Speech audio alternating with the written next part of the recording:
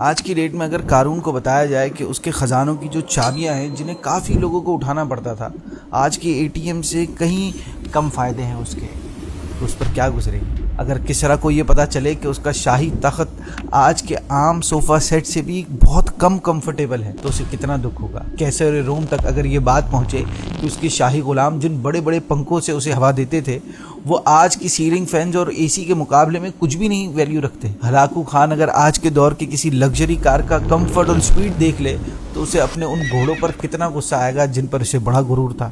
بھائیوں، ریالٹی یہ ہے کہ بہت سے بادشاہوں کی جو لائف تھی جس پر دنیا رش کرتی تھی آج ایک عام انسان کے کمفرٹ لیول کے قریب بھی نہیں آتی، مگر پھر بھی آج کا انسان ناشکرا اور مایوس نظر آتا ہے۔